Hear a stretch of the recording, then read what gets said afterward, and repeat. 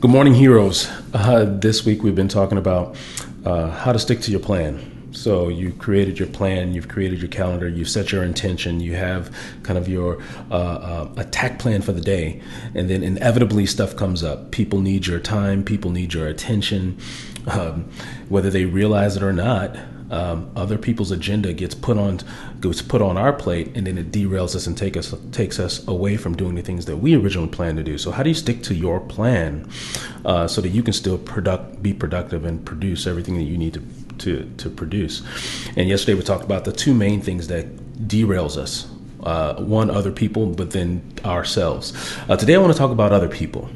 And this is a big one because it's hard because we tend to tie our self-worth and our identity to our ability to service other people, our ability to provide for others. We make ourselves available for other people, and then that can often trump what we want to get done. I mean, you ever put yourself on the back burner, but while you're servicing everything and everyone else, and meanwhile you aren't really pushing your agenda forward. You aren't handling the things that you want to do for yourself or the things you need to do for your goals because you're servicing other people. And so oftentimes we put that's self-induced, because it comes down to setting boundaries, and then the most important thing is taking ownership. So today I want to talk about setting clear boundaries and taking ownership of those boundaries so that other people's agenda doesn't trump your agenda, so that you can still produce what you need to produce. So I want to start with a quote. I think Darren Hardy, one of the all-time greatest, success mentors, has kind of summed it up really well in his book, The Compound Effect. He says, you get in life what you tolerate. Put another way, you will get in life what you accept. If you tolerate disrespect, you will be disrespected. If you tolerate people being late, people will show up late for you. Life will organize around the standards that you set for yourself. He goes on to say, some people think that they are victims of other people's behavior, but in actuality, we have full control over how people treat us. Be sure to protect your space and time so that you can live in peace rather than chaos and stress. What he's talking about is taking ownership. Other people will do what they do, and you can't control what they do, but you can control what you tolerate. You can control what you allow. You can control, how people treat you based on your response to it. So this power, this principle of ownership puts the control back in your hands. I hear a lot of people say, well, now I just couldn't do it because of that, because of my family, because of, this person came in and interrupted me, because of that. And what they're doing is they're putting the ownership on them. It's their fault that I didn't get a chance to do the thing that I need to do. They did that to me. They put their agenda on me. I had no control of it. Now this puts the ownership back in your hands. You have full control over what you allow for your time and your space. And one thing I know to be true is that they will respect you when you start respecting your own boundaries. They will respect you when you start to respect your own boundaries. I remember when I was in sales, I was new to sales, and I was working in this company, and I had my boss, and we had our agenda. I had my game plan. It's like every day I'm supposed to be on the phones cold calling. Every day at this time, I'm supposed to be making my cold calls. And, I was having a tough time, like, getting myself to follow this agenda.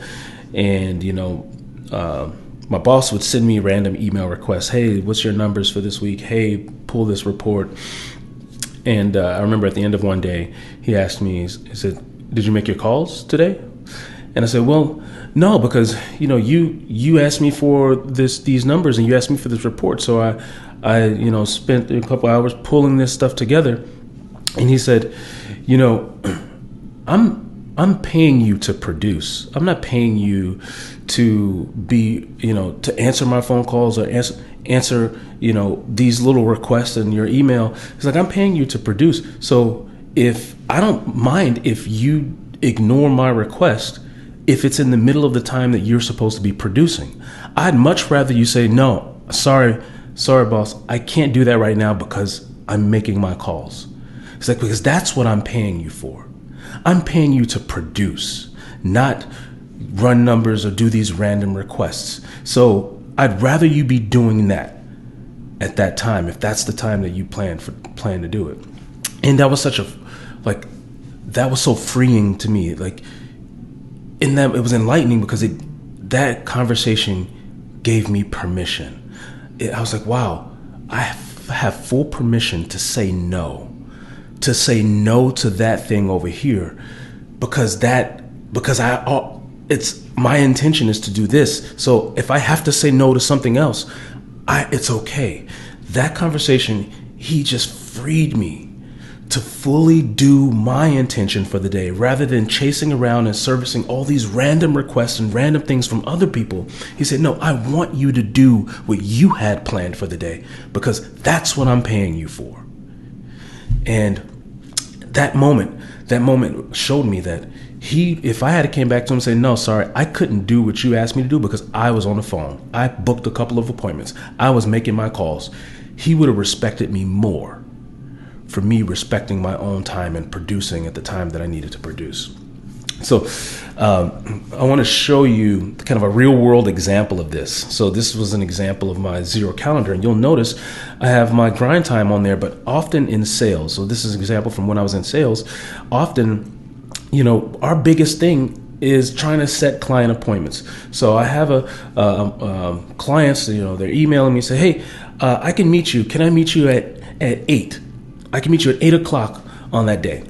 And I look at my Xero calendar, and on here, typically, I would immediately say, oh, yes, Mr. Client, whatever you want. Let me jump. I'm jumping for joy. Just the fact that you want to meet with me. Yes, I'll meet whatever time you want. But then I look at my calendar and I say, wait a minute.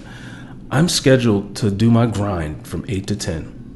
Normally, I would have just accepted that appointment. But instead, I recognize that I have to honor the commitment that I put this block on my time this block on my calendar that from 8 to 9:30 I need to be producing. I need to be making my phone calls, and I need to honor that.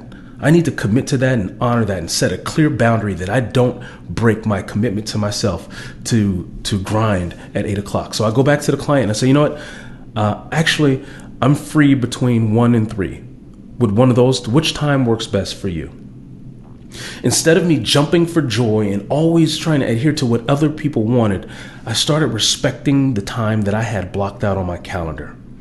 And say, you know what? How about I get back to you at this time? Because between that time I have a prior commitment already on my calendar at the time. How about, can I respond back to you at this time? Can I get back to you later? Can we do that thing at a different part in the day?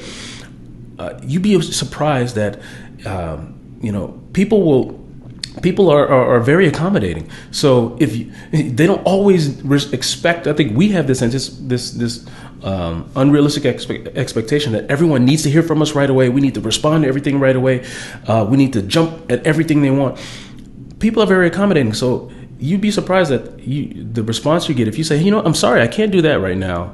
Can I do it later? I'm sorry, I can't meet with you at that time. Can we do it later? You'd be surprised at how accommodating people are. We're like, oh yeah, sure, no problem. I can do it at 1. But we put this unrealistic expectation on ourselves that I need to be available at every time that someone needs me. I need to be available because we put we feel like that's our work. That's us producing. No. Us producing is sticking to our calendar at the things that we put on there, because that's the work. That's our superpower, and it's not being available to everybody at every given moment. So this conversation, I want to just free you from this expectation that you have to allow people to trample all over your plans and your agenda. They will respect you more when you start respecting the boundaries that you set for yourself. So I hope that gives you a little permission now to stick to your calendar. All right, see you, heroes.